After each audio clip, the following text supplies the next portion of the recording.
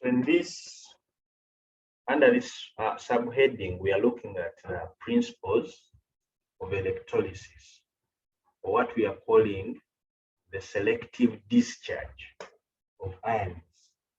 We looked at this in ordinary level, and it's not new to you anymore. So under similar conditions of electrolysis, when electrolysis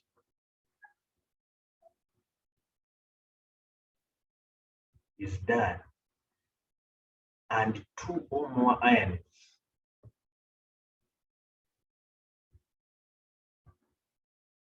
with a similar charge,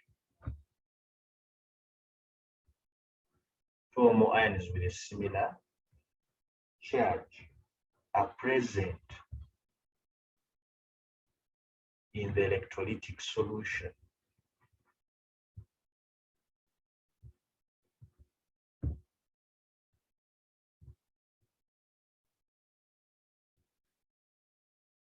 only one is preferentially selected.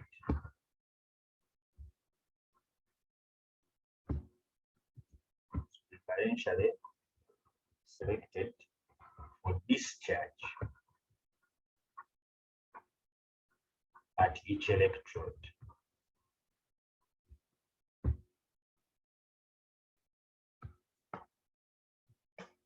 What do I mean? If in a solution I have cations, more than one cations, there is a sodium ion, there is a hydrogen ion, and any other, so long as there are more than one cations. And in the same solution, maybe I have anions.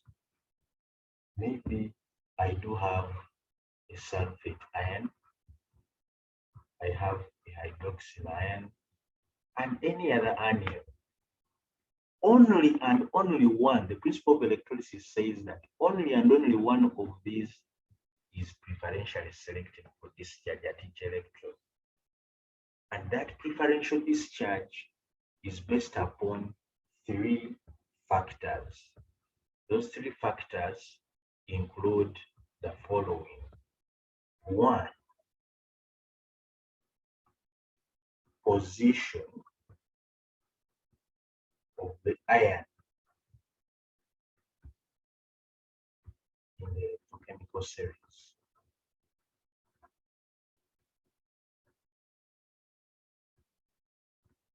I'm saying ion and I'm emphasizing that word, position of the ion. Don't say position of the metal, position of the radical, position of what? It's position of that ion that we want to preferentially discharge in the electrochemical series.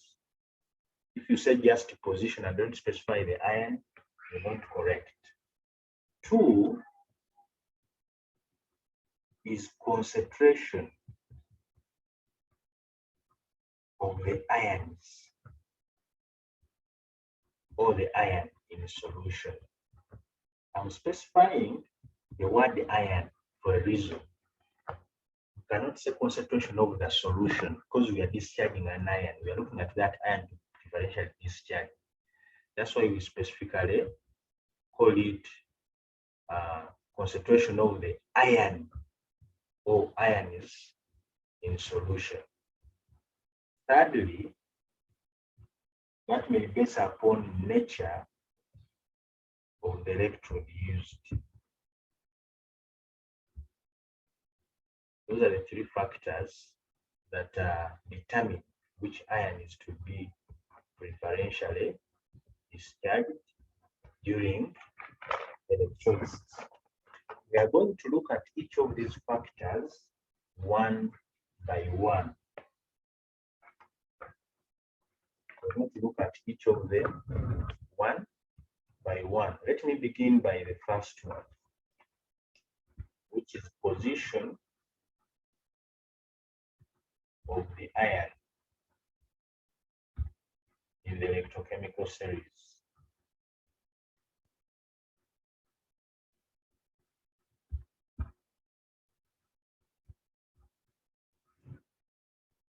Position of the ion in the electrochemical series.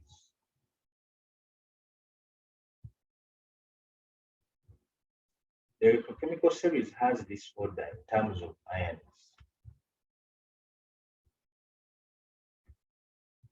It has the potassium ion first,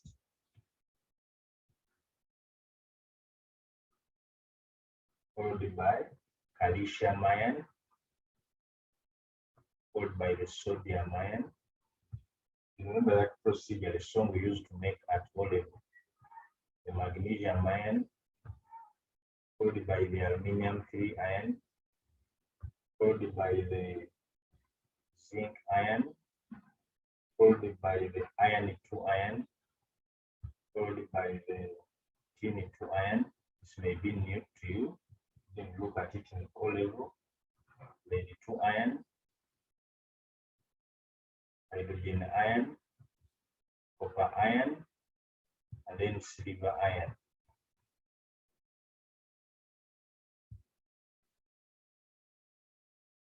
That's the electrochemical series for cations. Now, during electrolysis, if any other factor of this is maintained constant, if these two are maintained constant, they are not changed, then this factor that we shall consider on which ion is to be discharged from solution. Now, any ion that is below the other in the electrochemical series is usually preferentially discharged. That's why I will draw a line moving downwards and say that increasing discharge, this line moving down shows increasing discharge at cathode. What do we mean? If I have a solution, and in that solution, I have both the calcium ion and the hydrogen ion in the same solution, then the hydrogen ion is preferentially discharged at the cathode. If in one solution, I have maybe the aluminium ion, this is a rare case, and the silver ion, then the silver ion is preferentially discharged. In other words, ion is below, those ions that are always below any other ion present in solution in the electrochemical series are always preferentially discharged to those above them. Are we together? And that is at the cathode because cations always migrate to the cathode. How about the anions? The anions always move to anode during electrolysis. So for the anions, their order is the fluoride first, fluoride ion, followed by the sulfate ion,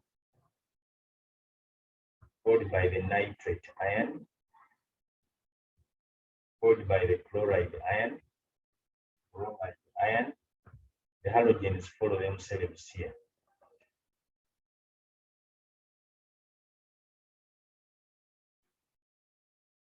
Then lastly, the hydroxide ion.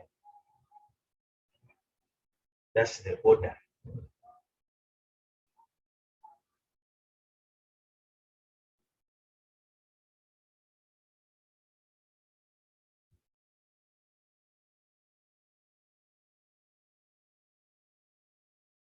The fluoride, sulfate, nitrogen, chlorine, bromine, iodine, and hydroxide ion.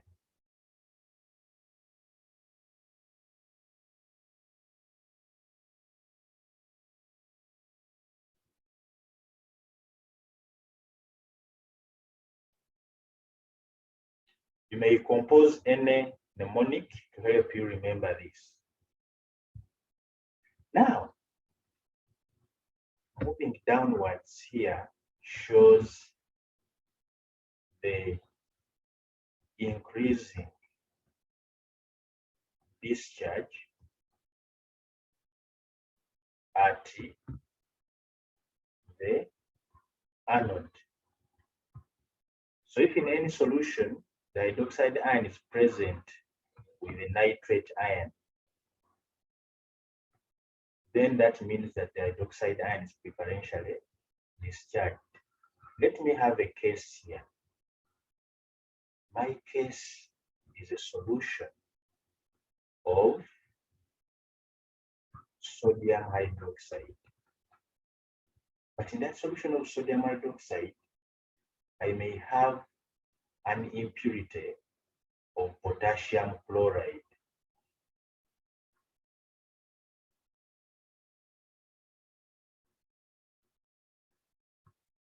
Those are the two solutions I have. I have sodium hydroxide, but impurified with potassium chloride.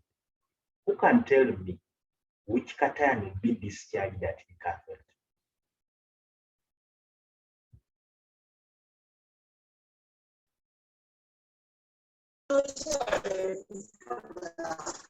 Sodium. So Mohammed is saying the sodium ion. Is that true, Mary?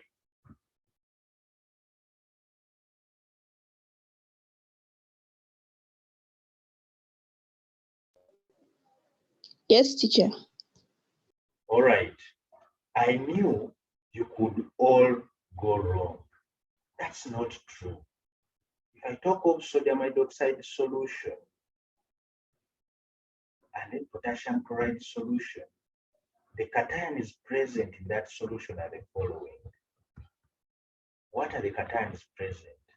I have the sodium ion, I have the potassium ion, and I also have the hydrogen ion.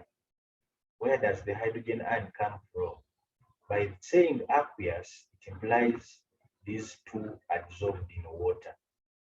So can you now be able to know which cation will be discharged? Yes, it's the hydrogen ion. It's below both those two in the electrochemical series. Are we together?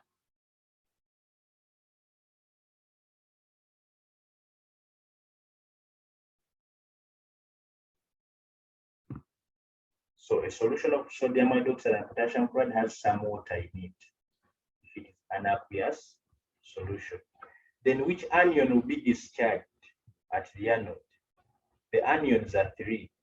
We have the hydroxide ion from sodium hydroxide. We have the chloride ion from potassium chloride. We also have another hydroxide ion from water. So there's a high concentration of hydroxide ions and chloride ions. So when you look at chloride ions and hydroxide ions are below chloride ions in the electrochemical series. That implies that the hydroxide ions will be preferentially discharged at the anode. We shall later see the equations for formation of the products. However, the order of preferential discharge given here only applies for discharge from aqueous solutions containing ions of compatible concentrations that approximately 1 molar. If the concentration is not approximately 1 molar, then some exceptions may arise as a result of large differences in concentration. So that is factor number 1. Let me look at factor number 2. Factor number 2 is concentration of ions in solution.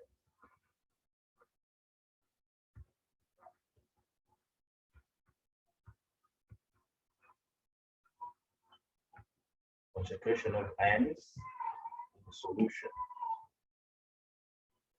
Any ion that is present in a lower concentration is hard to discharge, or more difficult to discharge than an ion present in a higher concentration. Let me look at sodium chloride solution.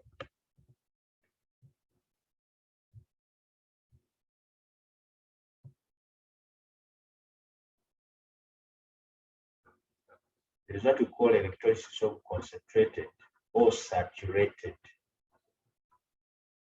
sodium chloride, which we call the brine. In this solution, we usually have sodium chloride and some water. But because the solution is concentrated or saturated, there's a very high concentration of sodium ions. And from the sodium ions, you usually get sodium chloride, usually get sodium ions and chloride ions.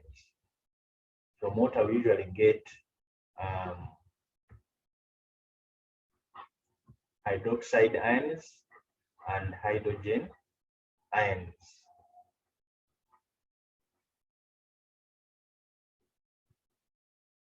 Now, if you look at these two, they do migrate at the cathode. And then these two chloride ions and hydroxide ions migrate to the anode. So at the cathode, one of these must be preferentially discharged. One of these two must be preferentially discharged at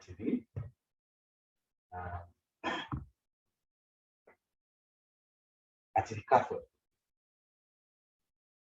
But I will not look at this for a moment. To depend on which cathode I'm using. And let us see this when I'm looking at the nature of the electrode. I look at that when I'm looking at the nature of the electrode. But when I come to the anode, that's where I want to look at the factor of concentration. At the anode, I have the chloride ion and the hydroxide ion. According to the electrochemical series, it could be the hydroxide ions to be discharged. But that's not true for a concentrated sodium chloride solution.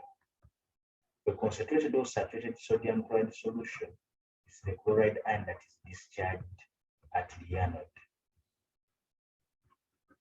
giving us chlorine gas by this kind of equation.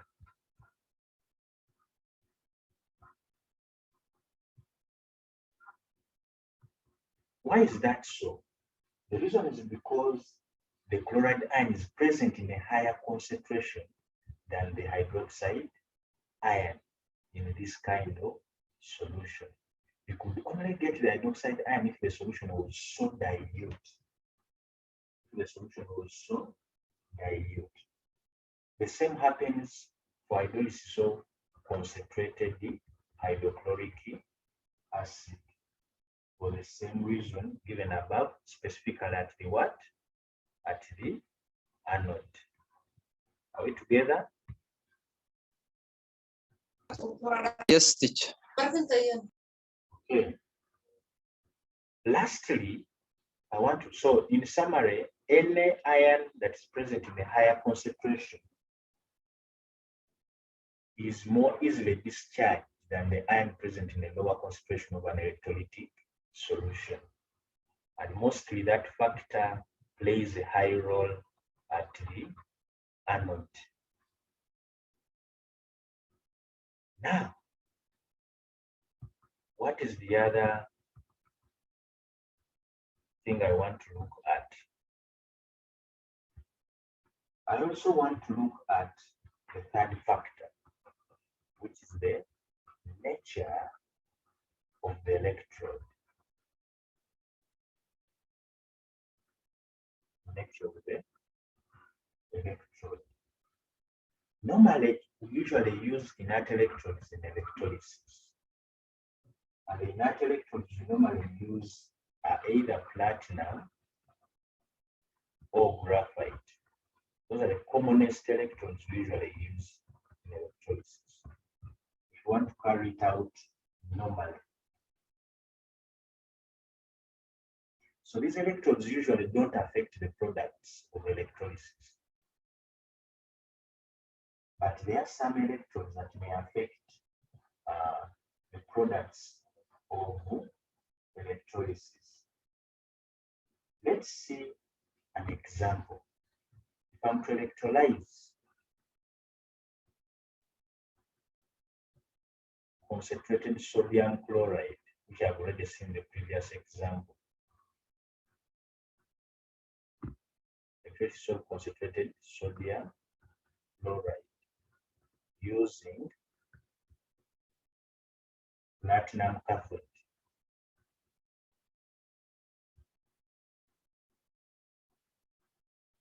And mercury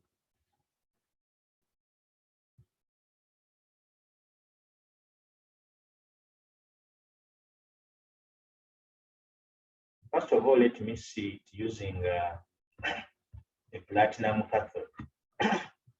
What usually happens? So in concentrated sodium chloride solution,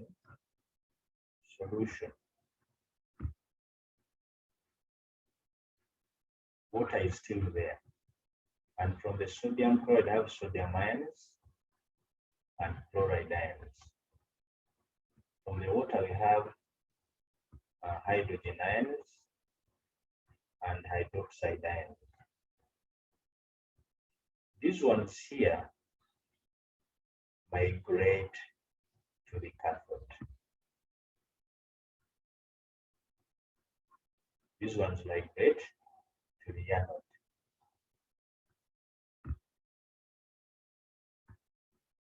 So if these ones migrate to the anode, for me, I'm not interested in the anode. I'm interested in what happens at the cathode. For this point, I'm interested at the point is this.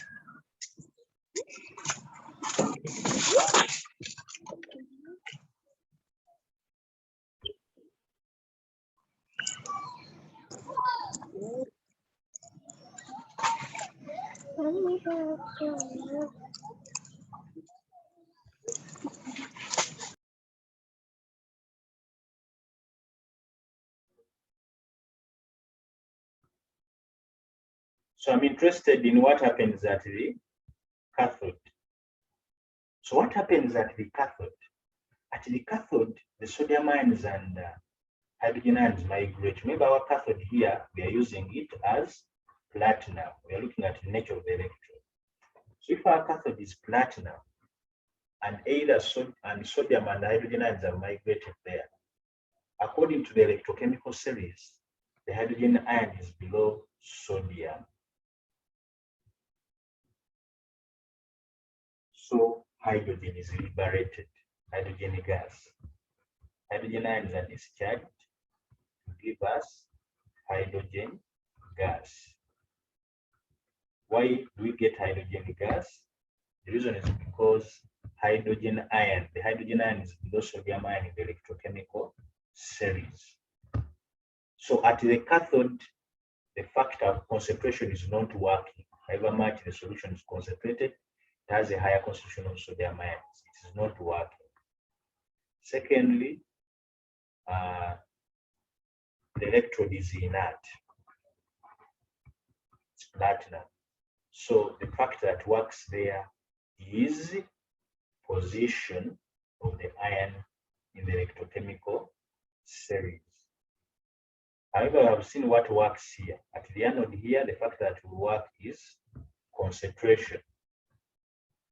So the factor that will work there is concentration of the ion in solution. And we saw that at the anode, it's a chloride generated that is liberated, but not, it's a chloride ion that is discharged, but not the hydroxide ion, because the chloride ion is present in a higher concentration. We have already seen that. Chloride ion is present in a higher concentration. So it is discharged, giving us chlorine gas, as long as the solution is concentrated. Although the hydroxide ion is below the chloride ion in the electrochemical series, it will not be discharged there due to the factor of concentration of the ions in solution. So that is what happens if I'm using platinum electrodes, both the platinum anode and the platinum cathode maybe, or graphite anode and graphite cathode. However, if I electrolyze the same solution, if I'm doing electrolysis of still concentrated sodium chloride, which you call brine or saturated sodium chloride. But this time I use a mercury cathode. The story is different. What happens? We still have sodium ions and hydrogen ions in the solution. We also have chloride ions and hydroxide ions in the solution. So what happens in this mercury cathode? This mercury cathode, what will happen is not so hard to know. What will happen is a very simple story that I want us to see in detail. So at the these ions here, sodium ions and hydrogen ions, will migrate to the mercury cathode. These ones will migrate to the anode. Usually in this electrolysis, the anode that is usually used is which anode do you usually use? I'm not forgotten. This is manufacture. This process is manufacture of sodium hydroxide. That's the whole process. So in this process, the anode usually used is graphite, or you can call it carbon. So here the process will be the usual process. It will be the usual process. What happens there? We have two ions here, chloride ion and hydroxide ion. Which one is below in the electrochemical series? Hydroxide ion. But it is not discharged there at the anode. Why is it not discharged there? Due to the fact of concentration. Are we together? The chloride ion is present in a higher concentration in the solution. So since the chloride ion is present in a higher concentration at the anode, the chlorine gas will be formed. So the factor that works there is concentration, not position in the electrochemical series, position of the ion. Because this is an inert electrode, that position does not work. Now, my interest is mainly at the mercury cathode. We are comparing products at mercury cathode and platinum cathode. At the platinum cathode, we got hydrogen using the same electrolyte, concentrated sodium chloride. When I use the mercury cathode and look at other factors, first of all, the factor of position in the electrochemical series will favor hydrogen. The factor of concentration would favor sodium. Okay, if I'm to look at the factor of concentration, let me elaborate them here. If I'm to look at the factor of concentration, then hydrogen gas would be liberated. But that does not happen. If I'm to look at the factor if I'm to look at the factor of position, this is position in the electrochemical series, position of ion. This is what would happen, but it doesn't. If I'm to look at the factor of concentration, obviously the sodium ion is highly concentrated.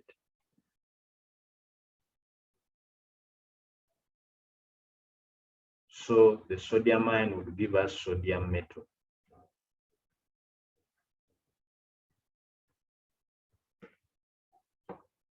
And that would be the end of the process if this electrode was platinum or graphite. However, this still does not happen due to the use of the mercury cathode. So since we have the mercury cathode, what really happens is that the sodium ions are discharged in preference to hydrogen ions. And the reason is because discharge of sodium ion requires less energy. That's the reason. As the mercury cathode, the sodium ion discharged in preference to hydrogen ion. Because the discharge of sodium ion requires less energy than the hydrogen ion. So that's energy, an energy factor.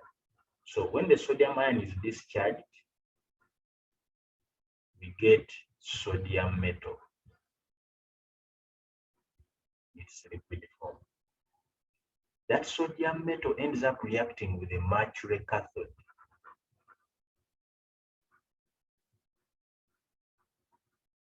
The only liquid cathode known to give us sodium amalgam. And the sodium amalgam that is formed later gives us sodium hydroxide by dissolving it in water, as we shall see in the later coverages of this topic. So that is one case in which the fact of the nature of the electrode plays a great role. Let me look at the other situation where nature of the electrode is key, and that is electrolysis of copper 2 sulfate solution.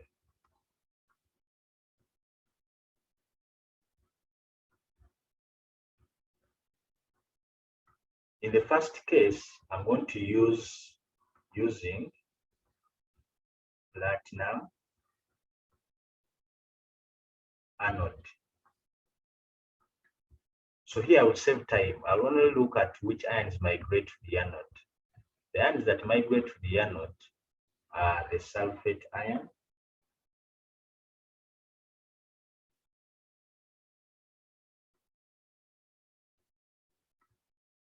if I'm using a platinum anode.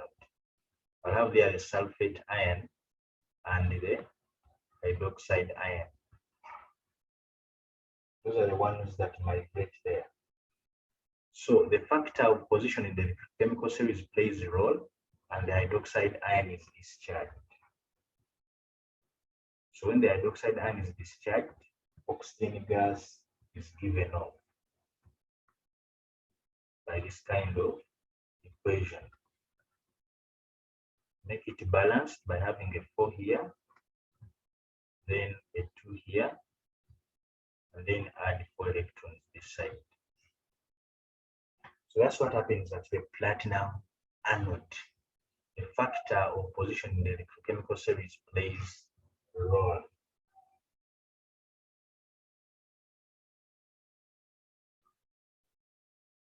Now these sulfate ions that remain there tend to react with hydrogen ions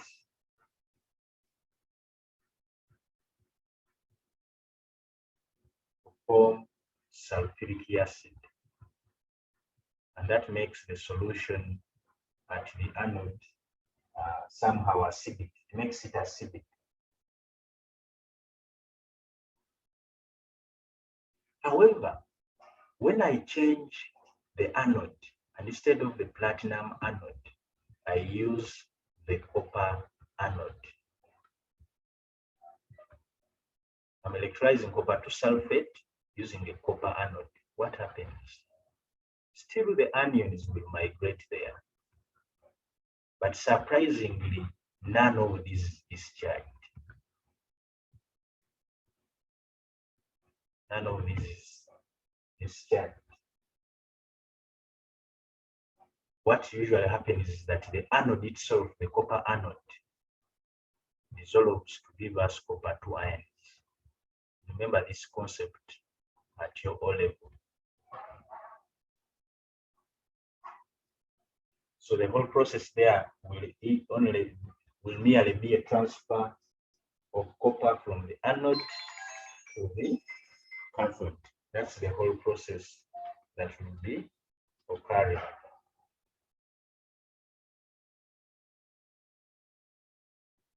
So that's the nature, the power of the nature of an electrode being used during electrolysis. I'd like to stop here and thank you for attending our lessons. Please subscribe to our YouTube channel for more. Next time,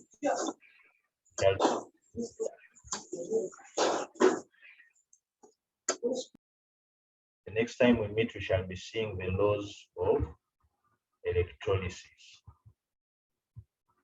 Have a nice time.